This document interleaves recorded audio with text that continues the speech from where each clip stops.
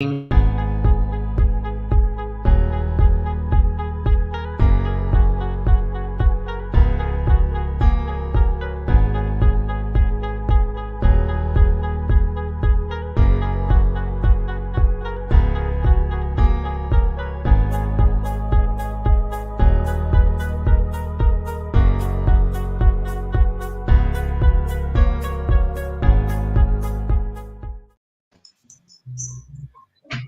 evening, everyone.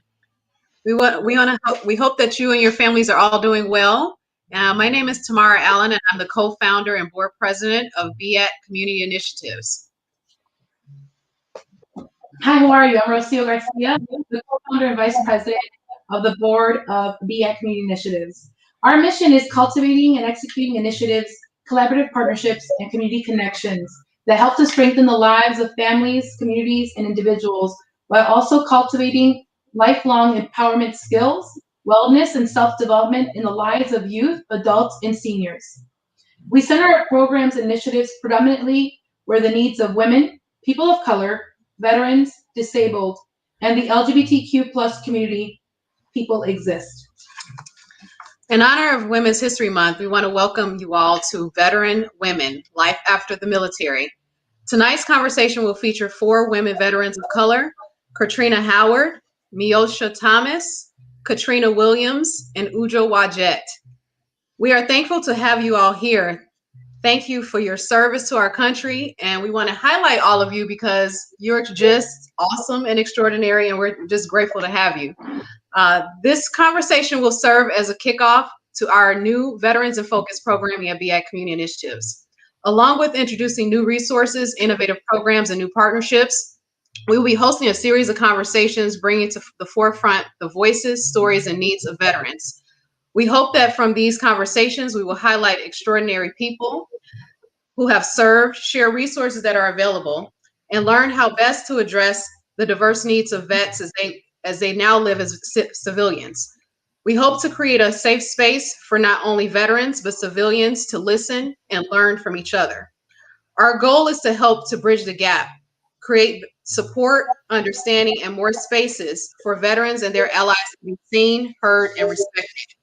Tonight's conversation is being done in partnership with SAFE, a nonprofit whose mission is committed to working with organizations and groups to increase the awareness and challenges of women veterans. Now that we've gotten all the important conversations and announcements out of the way, we will begin our conversation and discussion. Please place all of your questions in the chat, no matter which platform you're in, we can see them. And we will take note of a few of them for our Q&A at the end of the program. Hello, everyone that's joining us in the chat. I see your posts. So I'm going to kick this off with these lovely ladies today. I'd like each of you to take a minute to introduce yourselves by sharing your branch, your rank, your title, the number of years served, and what you're doing today. Let's kick this off with first Kat Howard, then we'll go with Ujo Wadjet, Meosha Thomas, and then we'll end with Katrina Williams. Thank you. Kat? Hi, good evening. My name is Katrina Howard. I served in the United States Navy. I was an Engineman Third Class Petty Officer. I served 4 years, and I am currently a project manager and CEO of Saving Another Female Enlistee. Thank you, Kat. Ujo Wadjet? Greetings, everyone. I served in the Army, and I was a chemical operations NCOIC. I served for 13 years, and I currently work as a wellness consultant and personal trainer. Thank you, Ujo. Meosha Thomas. Hi, my name is Meosha Thomas. I was United States Navy. I was an E5. I was an information systems technician, surface warfare qualified sailor. I served 11 years, but I was medically retired due to injury. And currently I am an art teacher, and I own an art studio in Chicago that services the community and shares art through social justice and social emotional impact. Thank you, Meosha. Katrina Williams? Yes, hi everyone. My name is Katrina Williams. I served in the United States Navy as a senior chief petty officer. I was an information system technician. I served 23 years in the Navy, and right now I am currently doing my graduate program and my internship with St. Leo University. That's awesome. Thank you. Round of applause to all of you. I'll kick it off to Tamara. You guys are awesome. So I wanted to ask Ujo, what led to you joining the military, and were you the first woman to ever join in your family? So one of the reasons, there was a few reasons why I joined.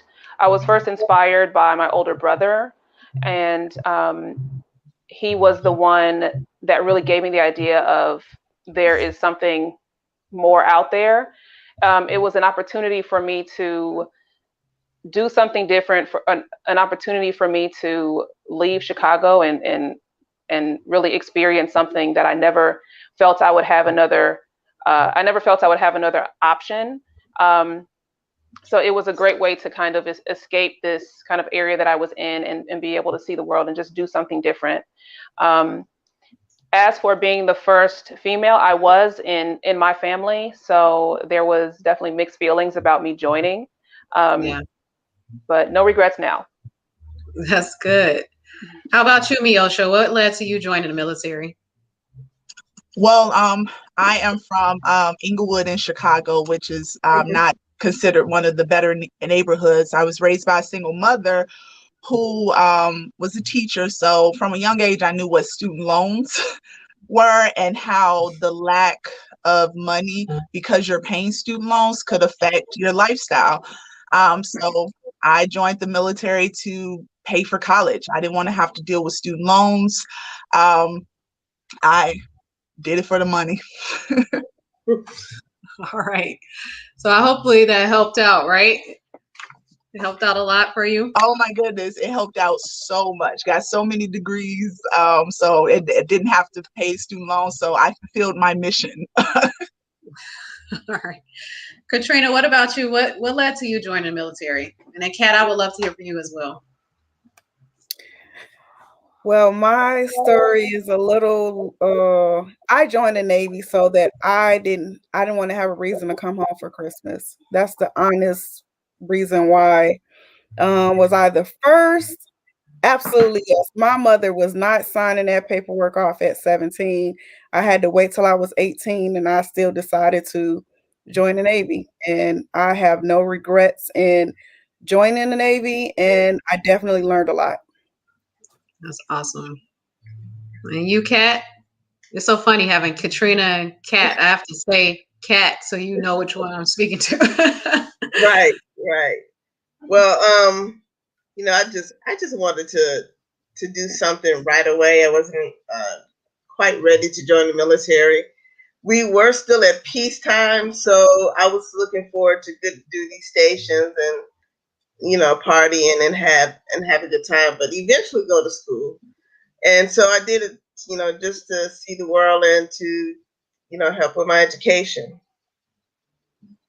So, I'm going to kind of dive into as well some of the things that once you got to basic training, guys, what was the one thing that stood out or occurred to you that you didn't expect? And, what was the most shocking to you? So I'll go first with Meosha.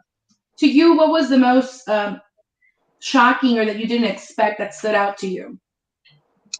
So the most shocking thing to me about basic training was that it was still in Illinois. I was 17 when I joined. My mom wasn't trying to sign me up, but after a good conversation and threatening to do it anyway, she eventually signed me up. So I'm thinking I had never rode a train, and the trees were changed, everything was changing, everything was looking different. I actually thought I was in another state, but Naval Boot Camp is still in Illinois. So when I finally got out, I thought I'm finally going to see some place different. And I see the Metro train go by, and I'm like, wait, are we still in Illinois? Because Illinois has the Metro. So that was the first thing, that it doesn't take you as far as you think initially, right? And then the teamwork. I'm from a place where we don't, you know, you don't talk to strangers, you know, you kind of do it on your own. But boot camp was my first exposure to, and I played sports, so I was used to working on a team to a certain extent. But this team, this new team I was on, we weren't competing against each other, kind of. Everybody wanted everyone to succeed. So we were all working together. That was something extremely different and new for me. This new concept of teamwork and something being higher than yourself and your own personal goals, but this higher mission type mindset. Thank you. How about Katrina Williams? Something that stood out to you once you started basic training or you were at the first base that you were at? One of the things that stuck out to me was sometimes people would see, like, why does she want to always do something? Like, for me, it was being able, I always wanted to be ahead, or I will volunteer for certain things. And sometimes that kind of stuck out as why, but for me, it was more of, I was, you know, a little more independent. So that helped me in the long run with being able to excel and motivate other people to not wait to be told to do something. So it was an added bonus for me. Yeah. Katrina, as you were on base and as time passed by and you continued through your years of service, did you feel safe being both a woman and a woman of color in the sea? What was that experience like for you? Katrina Williams. Yes, in certain areas of my career, I would say yes, I was safe.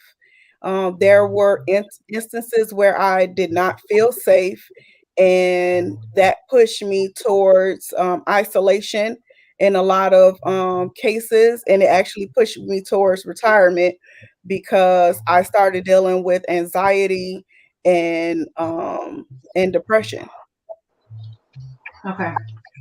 So for women that feel in with the anxiety that comes along with being sometimes the only woman of color in, let's say, where they're at and they're located at, how do you feel, or what would you recommend if you were giving advice to yourself to deal or resources to access as an enlistee? What would you recommend?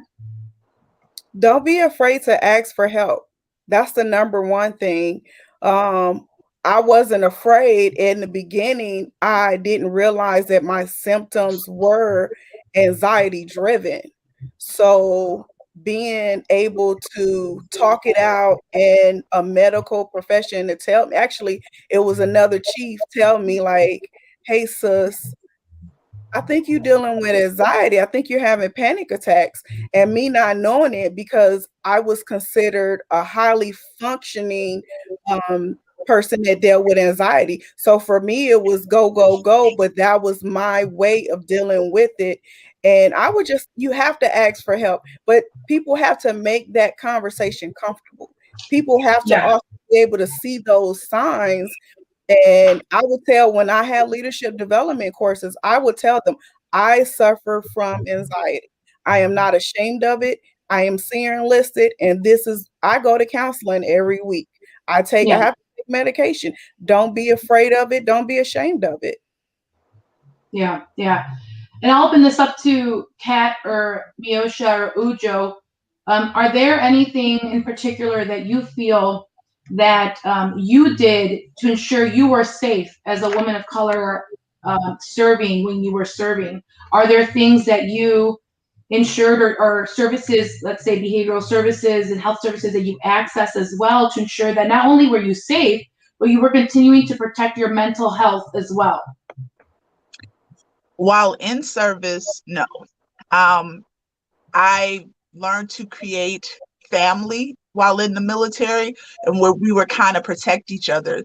I felt safe at every duty station I was at, except for when I was out to sea, because going at night on the ship is very dark, going through the long corridors. So women and even some of our higher enlisted women would walk us to where we needed to go. We would be each other's battle buddy, and no one will walk through the ship in the dark alone.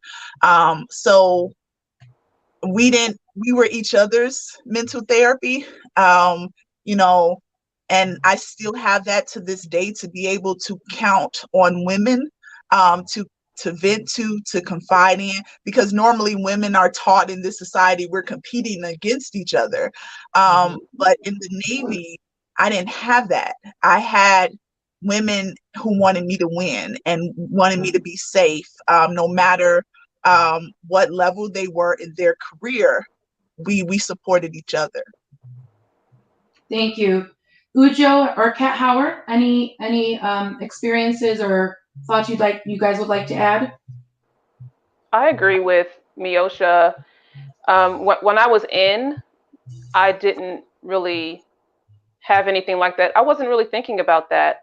Everything was so normalized. I didn't realize how many issues or problems I had until I got out, and I was like, "Oh, this isn't normal." Like I thought, like we're all dealing with the same stuff, and so it wasn't until years after getting out where I was realizing that what I consider normal was actually very much not normal. And I think that's one of the things when you are in a culture, when you are in a lifestyle, a way of living, because when you are in the military, at least from my experience being in the Army, it's a way of life. And so if everybody else was experiencing the same things, we definitely having that battle buddy, having somebody you go out, have a drink, and then talk about whatever was going on. And that was kind of the way of being able to sort through any problems. But it definitely wasn't. It was after I got out where it was a real wake up call. Thank you.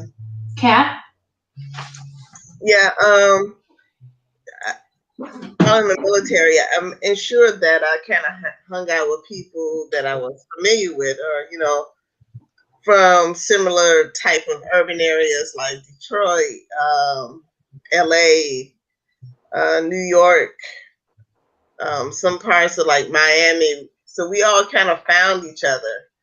And because we were from like Inglewood, I grew up on the west side, you just didn't travel alone. So we already knew we were taught as young girls to never travel alone. So for me, I kind of instinctively did what I was taught to do. So it didn't, like you said, we had to walk the ship in the evening. We always kind of met up and say, hey, let's do this walk with me, or let's do this round together. It was never like a big deal. We just expected it from each other.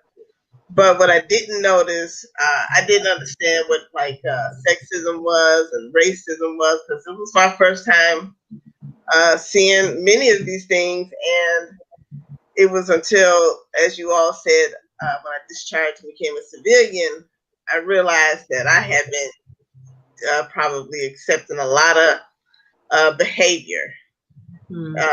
I didn't know what was bad, inconsiderate. It was kind of disrespectful until I basically grew up and working as a civilian, not a civilian, Meosha, but as a civilian, faking to be a civilian because you're always a veteran. It's always challenging to do your job and not have your guard up at the same time. So, and with therapy, I considered therapy a few years ago, and it has helped big time. That's good. It sounds like a lot of you all have definitely done your job in terms of going and seeking the support that you need, and in terms of mental health, especially being in the military is a different way of being versus being a civilian. And I'm sure that you guys will speak more upon that because it's a mentality, it's a way of being. And Rocio and I are not veterans, and we are trying to be that gap between civilians and veterans here. So I definitely do appreciate you all sharing that, because mental health is such a big part of our organization, and that's a focal point and a big reason why we do this. So I wanted to go into, I know a few of you all were very much so leaders and like leaders in your roles in the military. So as women, do you all believe that your rankings affected the way people treated you? I'll ask Ujo this first, and then Katrina, I know you want to speak on that. Yes, definitely. I started noticing during my time in the military, I was always, most of the time, I was in a leadership position. And, along with being chemical operations, I was a drill sergeant. I served as an Army Master Fitness trainer. And I was a platoon sergeant, squad leader, all these different things.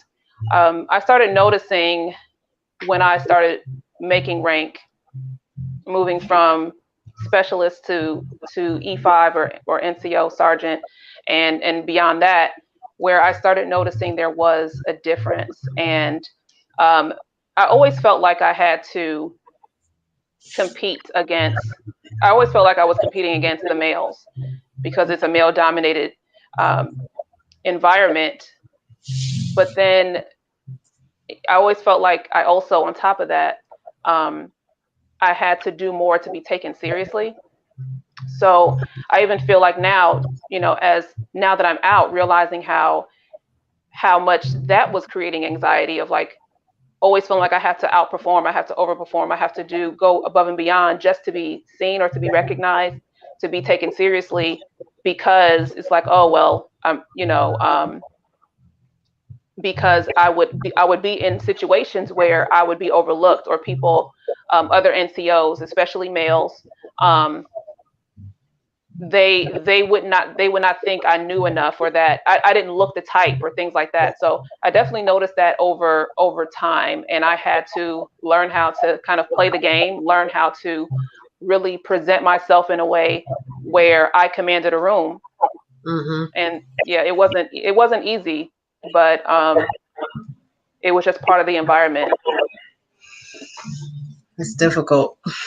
Well, I mean, I know that you all were very well trained to deal with this, and when you got there, you shut on. You like got to shut this on and cut on, and be leaders. And as women, we tend to put that armor on as a whole. We just know that that's something we have to do. We have to step up when necessary. So, I know Katrina, you wanted to speak on this as well.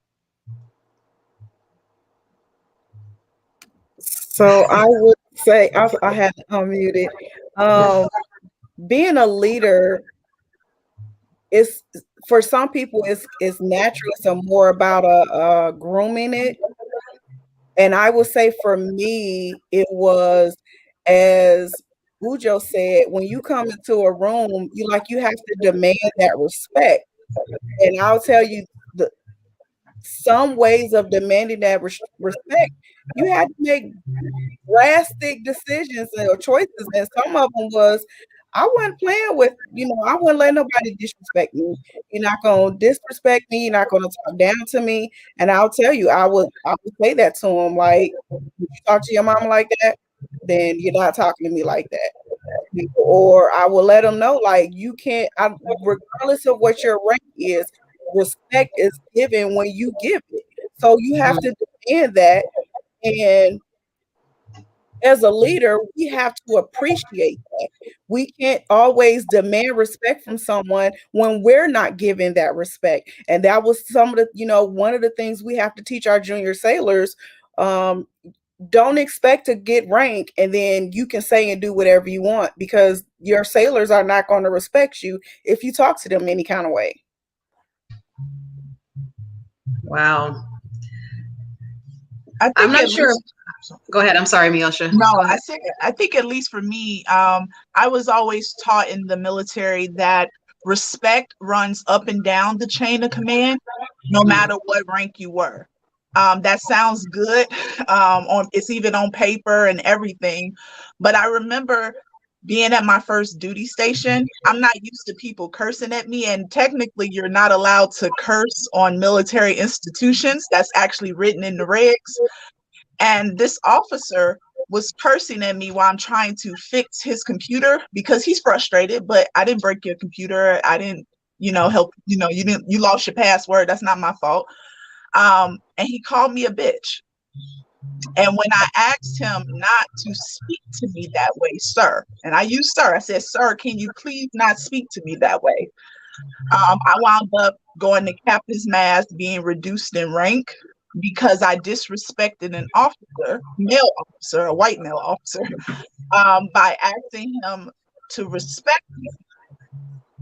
And that was one duty station. I was literally reduced in rank at multiple duty stations just for asking for people to respect me without attitude, because I knew they were higher ranking. So I made sure to do it politely, but just asking you to be respected. And both incidents where I was reduced in rank, they were from non-people of color. Well, that leads me to my next question. Do you feel that any of you all feel like there was ever a time when race played a part in how people treated you while you were serving? Anyone can take that question. I actually want to just allow you guys to make a decision as to who wants to take it. But it looks like Meosha wants to say something, and so does Katrina. I've been more discriminated against because I was a woman. But those two times that actually, when you're reduced in rank, that affects your career, that affects how you're seen, that affects your money because they reduce taking money from you and everything. Luckily in the Navy, we take a test and you can get your rank back, but you have to wait a certain amount of time. Chicago is considered one of the most segregated cities, but I hadn't experienced racism until I got to the Navy. That's supposed to be diverse, and the military, a symbol of, freedom and justice for all. And I wasn't getting that same treatment just because of my color of my skin and my gender. Like, it exists, but it's seen as normal, and it needs to be worked on. Wow. Katrina, I know you have something to say. I want to say that even as a senior chief EA in the Navy, I had someone who felt the need to tell me or insinuate I was going to take their trash out. It was only 3 of us in the office. I was the female, African American, and it was 2 white males. And they were like, well, such and such. I told them, I'm not taking your damn trash out. And I told it to them just like that, because I got my own trash bin up under my desk. You got your own trash bin. Ain't no way you thinking I'm about to go to your desk and take your trash out. So it was a very interesting conversation because he didn't expect it. And he got it, and he tucked his tail in. He called it. He did try to tell on me. Okay, I told them, no, it's respect. First of all, we all can take our trash out because we're all grown. We all have our own trash cans. Why would I go up under your desk and take your trash out when we work on the same level? Like, no, this is not going to happen. And I advise someone to talk to this person, because when I leave, he's going to try to do the same thing if it's another person, So, and then they tried to get a junior sailor to come to the position because they felt as though with me, it was too much leadership, too much speaking what's on your mind. When wrong is wrong, you're going to speak wrong, and I had no problem with addressing that.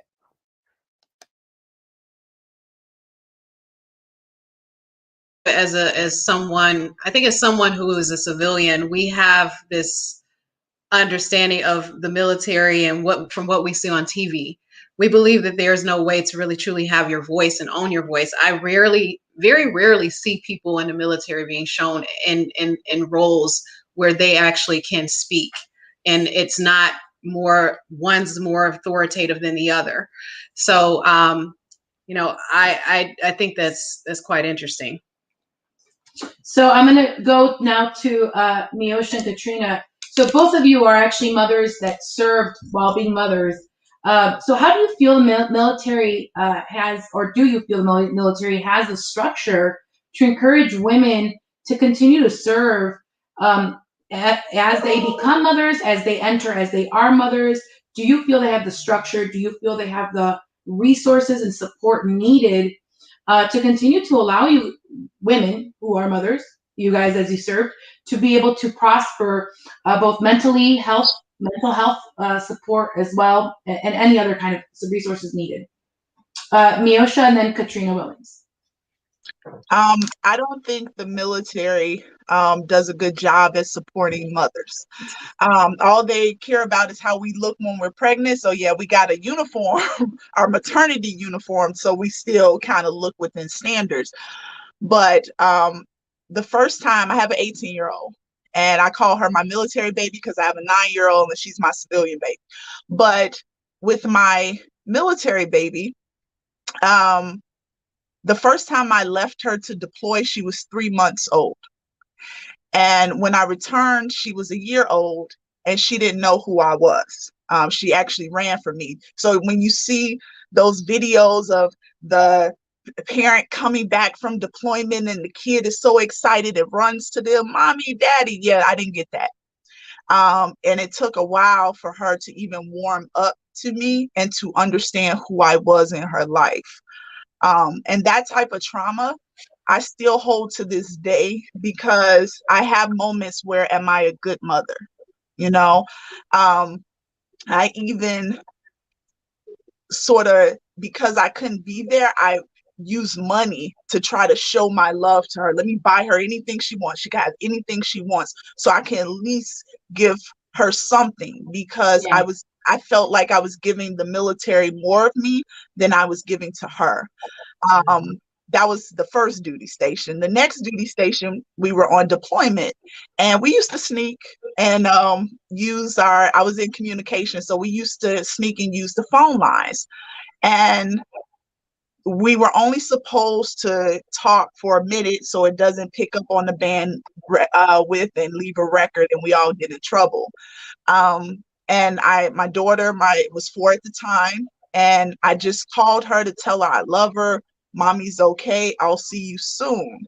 And she said, but mommy, I want to talk to you. Now I knew if I stayed on the phone any longer than her, with her, that we could get in trouble. So I'm trying to be a good sailor, but I'm also trying to be a good mother. And I was literally crying. I'm not really a super emotional person. I'm working on that, but I was literally bawling because I was at a crossroad in this moment. I didn't know what to do.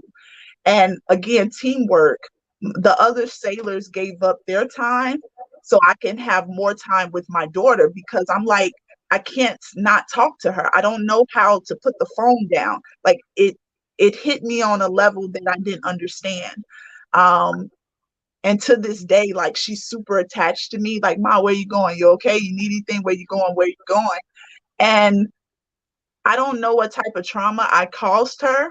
I know the type of trauma I felt, constantly trying to say if I'm doing the right thing. Like, I'm not the mother going to the club and leaving my kid. Like, I'm trying to serve my country. I'm trying to create a life for you. Yeah. I'm trying to do the right thing, but it still feels bad in a certain way. And that's something that they don't recognize. I constantly, because I was a single mother, I was an outstanding sailor. I've had leadership positions since I was an E3 because I was usually the only one in that job position. But once they found out I was a mother, then you're questioning, well, is she going to try to get out of deployment? Is she going to use her child as an excuse not to work? But all the non-mothers and parents aren't doing as well of a job as me, but because I'm a mother, you already have this stereotype in your head of what that looks like. And they still have that to this day. Yeah. I'm so sorry, Meosha. And you know what? I want to thank you for your sacrifice. We would think that because of that sacrifice being so great, they would see that you're so driven and dedicated with a full heart there. And I thank you for your sacrifice. I know we all do. I know our audience does. And Katrina, well, thank you for all of you for your sacrifice. But Katrina, I know that you also have experience as a mother serving, and I'd like for you to share some of your thoughts in terms of the support and the structure within the military to encourage that. I would say that I have one short instance of where I was pregnant with twins back in 2000, and I miscarried. And when I miscarried, because I was pregnant with twins and I was so far along, I still had my 6 weeks of maternity leave, and my gunnery sergeant, his wife had the same issue, except she delivered hers and the baby was in the hospital for a while. But because I wasn't coming back to work, he was heard by another service member saying, yeah, now I'm down one person, and she didn't even come home with her babies. So that took a huge turn for me on how do you look at somebody when you hear them say that about you, and they don't even know what you're going through. They don't know, how you're they don't even ask how you feeling or how you doing, whether it's mentally or physically, spiritually for that matter. But to hear somebody say that your supervisor is going down the hallway saying that, it hurt. I was asked when I went to Senior Enlisted Academy, what is it that the Navy could do to help parents, not just, and it affects, we have some, single males, but being a woman, not and a woman of color, automatically they're going to assume, you got 4 kids or you got 10 baby daddies or whatever the case may be. And then they ask you this question, what is it that we can do? When you say you're here to support a family, that's exactly what it is. A family isn't just me and my uniform. A family is supporting everyone as a whole. And when you send a parent out on a GeoBatch tour for 2 years and their daughter is a senior in high school, how are you supporting that family? How do you tell your daughter, I'm not going to be at your graduation? So we have to go forward with actually doing what we say, not just saying and writing, putting something on a piece of paper. Have leaders in a position where they say, no, this doesn't look right, this isn't right, and this is what we need to do to correct it, instead of stereotyping, someone or a sailor, a soldier, whomever, on what their intentions are. No, your role and your responsibility is to make that person feel comfortable coming back to work. And when that doesn't happen, you lose good sailors. You lose good service member, for that matter. I'll let Tamara follow up with the next question. Wow, I'm just trying to hold it together with these these responses. So we're going to kind of go into what your life is like now. Now that you've left the military, I know that as we've talked about, this is a shift. What your life was like there versus what your life is like now. After you left the military, Kat, what was your transition like? I was one of the first group of women that discharged during Desert Storm. So basically, the VA and none of these services that was set up for all veterans were not specifically set up for women. So I found the VA Women's Clinic here in Chicago was an office with 2 folding chairs outside, and I just met a nurse practitioner that said she was running the department, but she really didn't know what to do. There was no nothing in place to ensure that you were homeless or ensure that you wouldn't be homeless. So they didn't check up on you. They didn't even ask the question if you were homeless. So you basically had to learn how to manipulate the VA just to utilize some of your benefits. And then working in the male-dominated field, as I did in the Navy, I found the civilian world to be more challenging because you didn't have that rank to ensure that things were respectful and in order. Mm-hmm. So and I'm still in the male-dominated field, and I'm learning to just not have expectations that I expected in the military, although there was racism in the military. But having rank and having experience kind of went a long way as far as supporting you as a leader.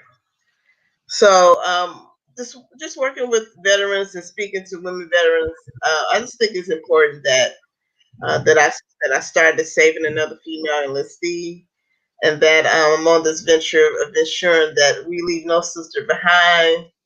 Mm-hmm. And this is my new passion.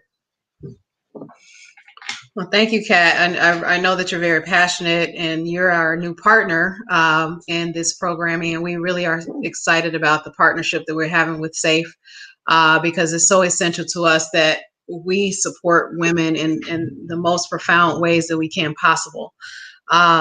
And so I would love to know how that felt for you, Ujo. What was your transition like after you left the military? You're on mute, Ujo. Oh, can you hear me now? Yes. After leaving the military, it was interesting because I made a very conscious decision to separate at the peak of my career. And even though I knew that was the best decision for me, actually separating from the military, at first I separated from active duty and then ended up doing a year in the reserves. And that wasn't, and then after leaving the reserves, I just felt very alienated. I was hoping the reserves would bring some type of best of both worlds type of thing. But after being active duty for so long, it just didn't mesh well, because for me, it was like, it's either I have to be all in, it has to be all or nothing. Mm. So I was feeling I was hoping that I could like bring these two things that I was really passionate about together.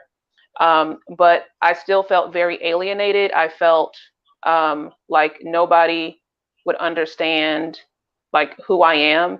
Even returning back to Chicago, to friends and family, you know, I've been gone for 13 years. Like, who am I to these people now? So there was a lot of emotional and mental things that I didn't even realize was a thing until I returned back.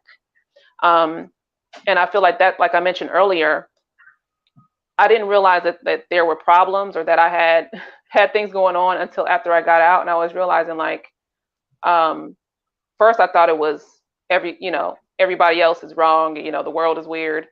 But then I realized, no, there's other things. So it was definitely a challenge mentally and emotionally. And there was a point where I definitely felt like I just needed to do anything that just had nothing to do with the military. Like, I don't even want to consider myself a veteran. I just want to figure out this civilian thing. And that felt wrong. So I was really trying to find my place in how I identified myself as a person who left the military. Like, I was really trying to figure that out.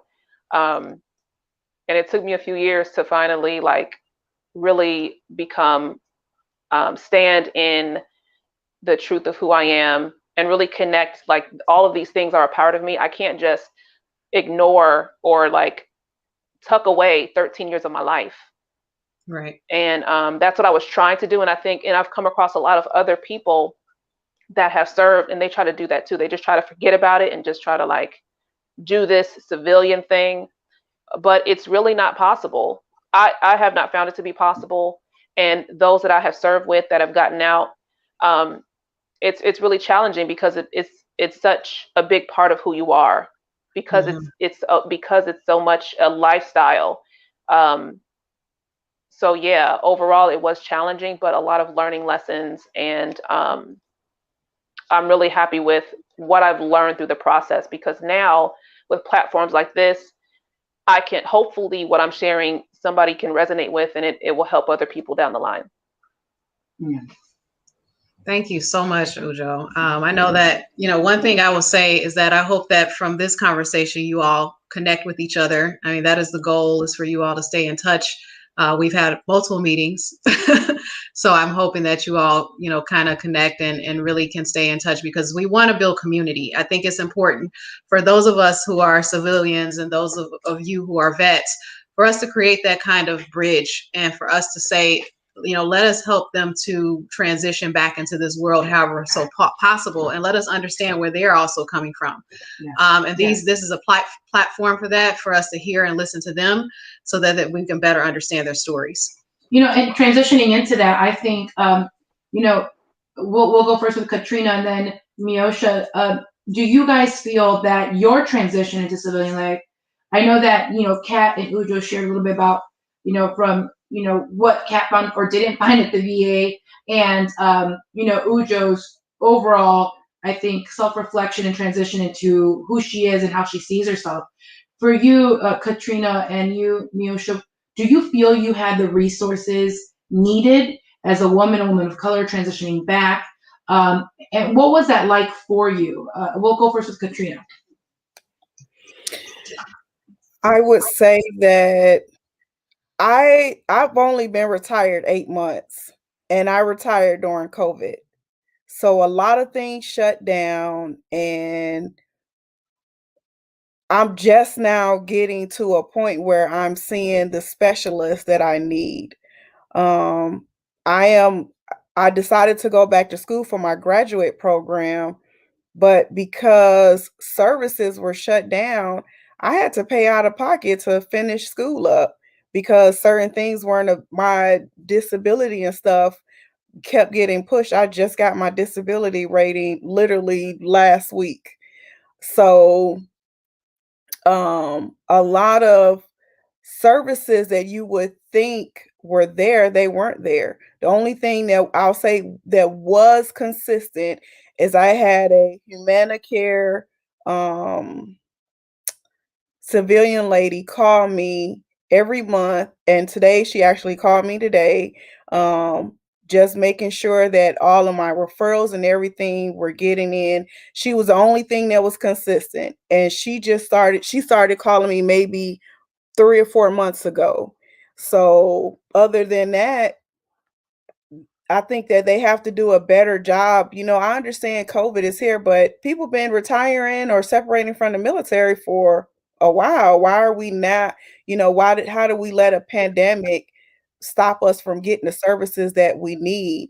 And but I think I did with my husband. My husband was a very big help. My husband already retired, so he was there to understand some of the things I was going through, and helping me to not rush to do something, just to be at home. And I tell him I'm a professional homemaker now, so that's what I wanted to get to do, be able to spend more time with my children and my grandkids. And that's the plus to being retired.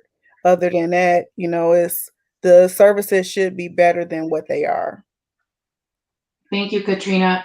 Meosha, how was your transition, and what do you feel resources and supports that are needed that don't exist for women?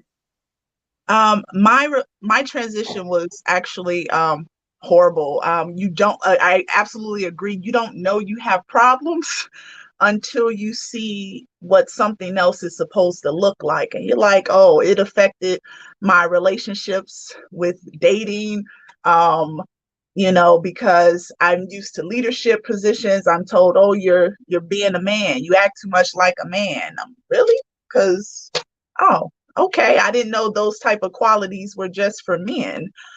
You still hear that in the civilian world. If you're bossy or leadership, or if what was taking initiative is considered aggressive, in the civilian world. So it affected relationships. I'm still not married. It affected, I didn't know how to be still. I was so used to moving every 2 to 3 years that staying in one place for too long, I was literally moving apartments 2 to 3 years, nothing wrong, just so I could be in a different location, because I was used to that. It affected my relationship with my daughter. You know, I still have moments where I have to tell myself, Meosha, no, you're a good mother. Because when I was pregnant with her, I was big pregnant. She was actually a preemie. She was supposed to be born May 3rd, and she was born April 10th because I was still carrying computers and monitors around while I was big pregnant in the military. So I actually ruptured my sac and had to have a C-section. And it affected my career. But it was considered a good effect on my career, and I'll explain, because it was never enough for me, because I'm used to constantly taking initiative onto the next mission, onto the next mission. Being still and just doing one thing was never enough for me. I graduated valedictorian, like, yay. It was not enough. I was on to the next thing. I went to culinary school. I went to education leadership. I did so many things just to stay moving, because I felt like the civilian world was too still. So yes, I have a lot of accomplishments and it all looks good on paper, but I did it for the wrong reasons. I don't even, like, my mom has all that. I don't hang up my degrees and all. Yeah, give it to my mom. I'm still the child that likes my mom to put it on the refrigerator. But it didn't mean anything to me. I was constantly looking for a mission, something for a higher purpose, something with meaning. And I had to create it for myself. There were no services for women, none. I went to a veteran stand down and I thought, oh, I'll meet new veterans and I'll have resources that were for women. And they were giving me male underwear and male deodorant and everything was for men. And I was like, wow, clearly women are here. Clearly women serve too, but we're not respected. Like, the same disrespect that you will see in the military, it was still in the civilian world. I thought I would escape it, and it was still there. So I did my own thing. I started looking for resources, just because, one, I was looking for them for myself, because the military does a great job of teaching you how to become a military member. Like, it's a culture, we have our own language, traditions, and everything, but they don't teach you how to go back to being a civilian, because, one, I guess we'll never really be a civilian. And I had to find my own information. And whenever I found information, I would share it. I would share programs. I would find things, because most veterans only think their benefits are just federal and maybe state. But there are tons of private benefits that veterans don't use. So I would find this information and share it out. And I remember one of the elder veterans was like, "You're one savvy veteran." And it kind of stuck. Like, I'm known in Chicago as one savvy veteran, because I find resources and I share them. Still that teamwork, working together. You know, I want all veterans to get what they deserve, regardless of gender. But I would like to be remembered for my service as well, because that affects policy, that affects the type of benefits that women veterans can have. Women veterans are the highest forming growing population of homelessness, but there are no all women veteran housing. There's all men veteran housing for homeless, but none for women. Thank you, Meosha. I'll pass it on to Tamara for the next question. Well, I really appreciate you all being very candid. I mean, it's important that we really tell the truth, and that's what this is about. We want to create a safe space. So I really do appreciate you all sharing that, and I'm hoping that as we're listening, as civilians and veterans, we're thinking to ourselves, what can we do now to support these women and other women who are currently serving? So this leads to my next question. If you all, this is a question to all of you. If you all could have it your own way, how would you like civilians to support you as women and being women of color as well? I'll jump in. I think as we develop our communities and come up with great ideas to utilize veteran services to improve the economics in their community, I believe that the woman veterans' needs and demands should be considered as part of the urban development. That means include us with child care, provide our children with activities that maybe only veteran children can understand. I mean, just really, really consider the needs of every woman veteran. And as you know, in most cases, woman veterans is still the head of the household. So, it makes me wonder why our community has yet to ask us what we need. How can we help you? And I think it's because we haven't asked them to consider us. And this is a platform where we can just basically do that. Just consider our communities and our family members, and consider them to be your next student to teach them how to deal with women veterans, how to talk to a woman veteran, how to address her needs, how to ask her how she's doing. Because I remember, my uncles, when they returned home from the military on leave, the red carpet was always thrown out. So, and the women in their lives made sure that they had everything they needed when they discharged. So we got to make sure they consider our backs and things that we can bring to our communities. Thank you. Is there anyone else who wants to take this question as well? I think one of the things is acknowledging that women serve. We serve. We serve just as well as our husbands and our sons serve. So why is it that every time, you say, "Can I get a military discount?" they're looking for my husband's ID card? Acknowledge that women serve. Acknowledge that we're not just homemakers. We, we put into, the country as servicemen and women just as well as anyone else. Why do I have to justify, being a service member? That's a big thing. Oh, your husband served? No, I'm still active duty. So, and sometimes that kind of, bites you, because it's like, and it's women that ask women this. So how are we trying to get forward when we're taking ourselves back? Yeah. That's important. We have a platform. Obviously, all of us are women, and we're here to support each other. And we want to make that very clear. We support women.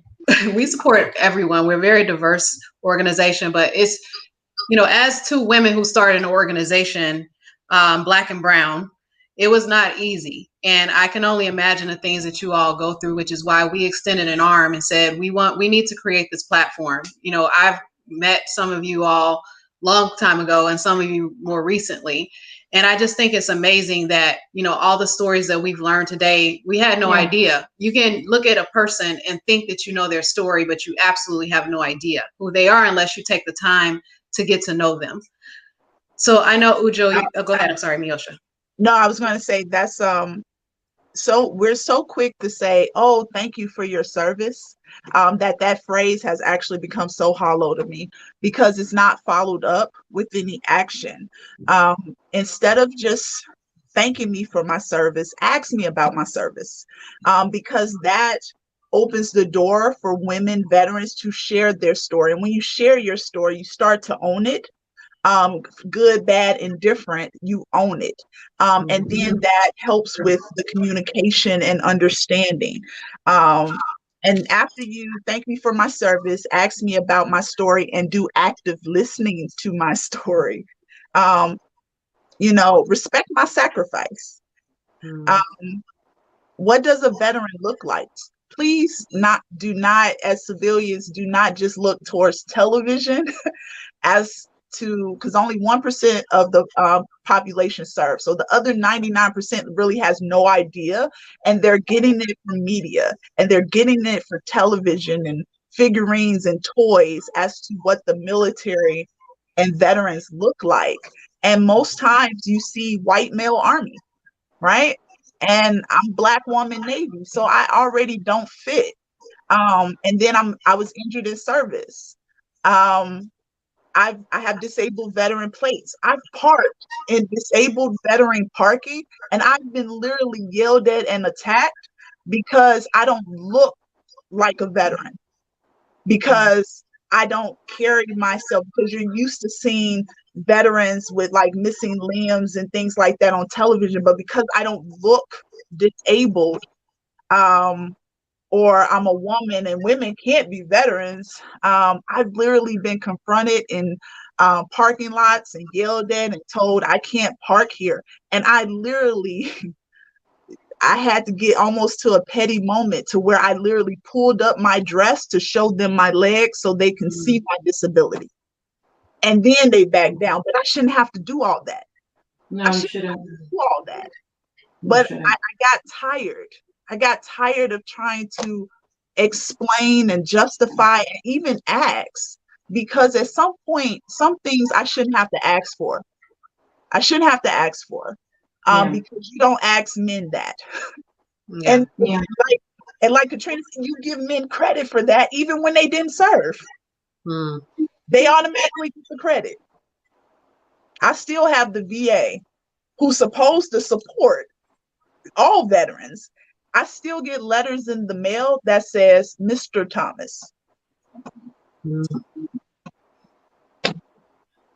I've asked for it to be corrected, but I'm still Mr. Thomas. It sounds like it's the simple things that we should as humans do, but we don't do those things and take the time to pay attention to what matters. And that's just acknowledge me as a human being. If I say this is who I am, trust this is who I am, and at least give me the first right to show you otherwise. So I'll let. So I have a few comments in the chat I'm going to read out, and I'm going to post some questions out here, as well as I'm receiving emails from people that want to reach out directly to each of you guys with resources. I just received an email from Aubrey Houston who wanted to share. She has some resources from the VA. She's a rehab specialist. I need to learn how to read. So I have a lot of information that's coming in both via email and chat. I'm going to post and share a question that I have here. I know people have been waiting patiently. So let me share this with you now. So Tyra Oliver said, what words of wisdom can you share with me as I teach and train students in military social work? I know we've covered a few different things, but let's share some that we haven't covered yet for Tyra Oliver. I have some things I'd like to share. One of the things I feel would be important is, especially if you're teaching students, is for them to have direct interaction with veterans and with people that have served in the military, people that are currently serving. Because sometimes as a student, you know, everything is very textbook, and you want to be able to have connect with actual people, even them being on having your students showcase platforms like this, or have them watch the replay or things like this, and what veterans are actually talking about, and make it so they understand we're not just something that you see on TV or like an image on a poster, but we're actually right next to you in the line in the grocery store. You know, sometimes you just never know. At this stage in my life, unless people knew me, they would not think it's still a surprise. They're like, oh, you served in the military? They never would have known that I was a gunner. They never would have known that I was a drill sergeant. They never would have known these things. So when you have the conversation, now it makes with veterans and with people that still actively serve, now we are real people. And I think that's really important for those that are learning, because now you realize, oh, you have problems that we actually have, but they they might be even worse, or they might need additional resources because of their experience in the military. So I think that's really important, and I hope that was helpful. Thank you. Anyone else would like to answer Tyra Oliver's question? What words of wisdom can you share with me as I teach and train students in military social work? I would say that to identify family dynamics. I think that it's important that it's understood that children don't adapt the way that we want them to adapt or transition. And if they don't understand the need for a parent to be to give that child a little bit more interaction, it causes stress in the workplace. So being a or that transition. So that needs to be understood that military children, they go through a lot of stuff that's not said or not acknowledged, and some people see it as a behavior issue, or they can't control themselves, but it's more of, you have to understand that family dynamic and what is it that they're missing. Because as a parent, I know there are things, especially with my youngest daughter, she misses me. You know, she misses, where's mommy at? Even when I'm going overseas, she called me at 5 o'clock in the morning, like, Mom, what you doing? And it's like, okay, I guess I'm getting up to have a talk with you. And she was at that pre-adolescent stage. So mommy had to be there whether I was physically or not. So understanding those needs, it helps them, it helps that parent be a little bit more at ease when they have those resources to be able to, okay, they're understanding this, they're understanding that. And that's important. Our children and even our husbands, they go through stuff because they're used to the wife being there. Yeah. Thank you, Katrina. Kat Howard or Meosha? Yeah. I would add, as a social worker in dealing with veterans, you have to understand that veterans require structure. We require standard operating procedures. We really we are the preferred employee because we follow the rules, and whether they make sense or not, now we may question it, but we're still going to carry out their responsibility. The jobs that don't have like real structure, or if you have relationships, or if there's no structure or guidelines on how to do, veterans really suffer with adjusting to that, with not having the directives in hand as a tool, and that could be their behavior. Our behavior can be misunderstood because of that. So I would add that. Thank you, Kat. Meosha, sorry. No. For me, I think before you can help someone else, let's help ourselves first. The first thing I would ask your students is, what are their biases? What do they think a veteran looks like? What do you know about veterans? And then have it as an assignment. Have them list, because I've been told I don't act like a veteran because I'm not super patriotic towards America. Yet I served.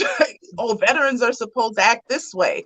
Like, we have these ideas, again, from media, television, or, just what America is supposed to be. Yet I was an outstanding sailor. Like, one thing necessarily has nothing to do with the other. And it doesn't take away from what I did. So I actually would have a conversation like I do in relationships. What are your triggers? Let me just get the list. Get started. Same way. What do you think a veteran is? How would you define a veteran? And we need to get away from defining what a veteran is and let that be the first step. Thank you. That's so powerful. That is truly, I think we need that in society as well, right? Really allowing people to be who they are freely and allowing us to get to know them. I have so many great questions. The next question is from Diana Alfaro. I'm going to share it up on the screen and read it out loud to you guys. What is your recommendation for young women who are about to join the military? What would you tell your young self? Okay, so who wants to go first? Any show of hands? I'll take. So we'll go Ujo, Meosha, Kat, and then Katrina. So Ujo, go ahead. One of the things that I'm very passionate about, and I've realized this even after leaving the military, are supporting, using my experience to help others that are interested in joining the military, which is why I'm actually planning on going back to school in the fall. And I really want to focus on working with those, especially women that want to join or want to be in these types of positions that push them in a way, and in this type of lifestyle. So when it comes to young women who are interested in joining, the first thing what I would have done, what I wish would have been a thing, which is something that I'm going to be the change that I want to see, is for there to be mentorship programs with women veterans that are mentoring those that are considering, those teenagers, those that are in high school or in college or at any stage, wherever they're at in life, that mentoring them, and really just being there to answer any questions and to let them know like what it's like on the other end, and just to guide them with some of the things that you never would know any other way, because your recruiter's going to tell you some things, but it's not the same when you connect with somebody that has gone through that. Because this is something that I even do now. I have people that still reach out to me right now and ask for advice and what they should do, because it's something that is a huge missing link. And I wish that this was incorporated more in that beginning stage of having that level of curiosity, moving beyond what you just see on goarmy.com, and really being able to connect with people that have served. So that is what I would, what I wish was there. As my younger self, I wish I had somebody there that had some experience that could give me some advice. What I would tell my younger self is to be true to who you are. Stay true to your core values, because in the military we have a value system, but just because there is a value system that is set in place, that doesn't mean that it is always honored, and that's going to vary depending on your leadership. And it's inevitable to be in situations where you do have some type of toxic leadership or people that don't align with your values.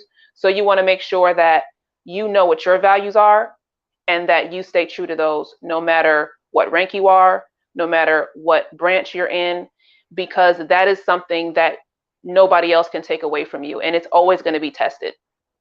So I hope that was helpful. Kat Howard, I know that you rose your finger up a little bit there. Kat, you're on mute. I would, a young woman, I would just encourage her to have a plan. Whether it's at least, like when we do a business plan, we have to set up a business plan. They want to see your 5-year goal, right? Like if you're dating someone, you want to know the 5-year goal. So, your first enlistment, what would you do if you consider re-enlisting? What would you do if you discharged? Where do you want to live? A lot of veterans here, the mothers now will be having daughters following after their footsteps, and they'll be telling them to do the same thing. However, they're going to make sure when they discharge, they have a copy of their medical records. They're going to ensure that they understand what the options are when they discharge. Where am I going to get housing, and how can I ensure that I won't become homeless? And so we could, I would say, when you enlist go in there, do what you're supposed to do, but bring something back with you so that you can reach back and help bring another person up. If I could tell myself something different that young person, I would just say, forgive yourself, and just strive to be a better person. Don't be angry. learn to forgive, don't hold grudges, because it's a beautiful world if you don't, reach back and remember the past. Just be positive. So that's what I would tell the younger me. Thank you, Kat. Katrina, any thoughts? And then we'll finish that question off with Meosha. I would say to our Ujo said something I wanted to just tag on with that. Stay true to yourself. Being in anybody's organization, people want to change you for who they think you should be. And being a Black woman, I'm going to tell you, I have a family full of women, and we are strong.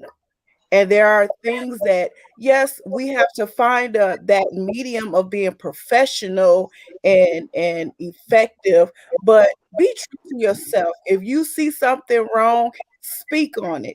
If you're not comfortable with making a decision on something, be okay with saying, I'm not comfortable with doing this, and be okay with it. And don't feel guilty about it.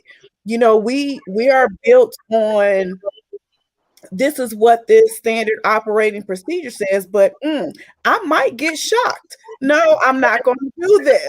So you have to be able to speak up on that and be okay with speaking up. Not only will you feel good about it, you will gain much respect when you speak up on things and people know, you know what? She might be a little petty, but everything she says has some value to it. And what I would say to myself is I should have learned that a long time ago. That's something that I should have been okay with, was being myself. And I'll tell you, my husband told me one day, probably a year or two before I got selected for chief, he said, Trina, baby, you just gotta be you. You gotta be okay with you. Stop worrying about what they say, because people would say I got an attitude problem. No, you just don't like what I had to say, and I'll say that, no, you didn't like the truth, and it was the right truth. It just didn't come from the right person, right? So my thing is, I had to learn how to be okay with me. Once you okay with yourself, everything else is going to fall into place, because they're going to say, you know what, that confident person right there is okay with me. Absolutely. For me, I would say to know your worth. To know your worth. And never forget that. The military, to me, was just a mind game. You don't have to change. You don't have to be masculine or take on male, quote unquote, male traits in order to be successful. You can be who you are and still be successful. And always keep in mind, your goal is to get out. Whether you do 4 years or 25 years, your goal is to get out with full benefits. And there are great benefits. Like, I love, out of everything that happened to me, if I could tell my younger self, you're going to get injured, you're going to have mommy guilt and all this other thing, I still would have joined the military because of the benefits and the experience and the exposure and the friends that I have made and who I've grown to be. I grew up in the military. I was in at 17. So the military is very much a part of who I am, and I'm proud of that. But don't allow the military to change how you started in a way.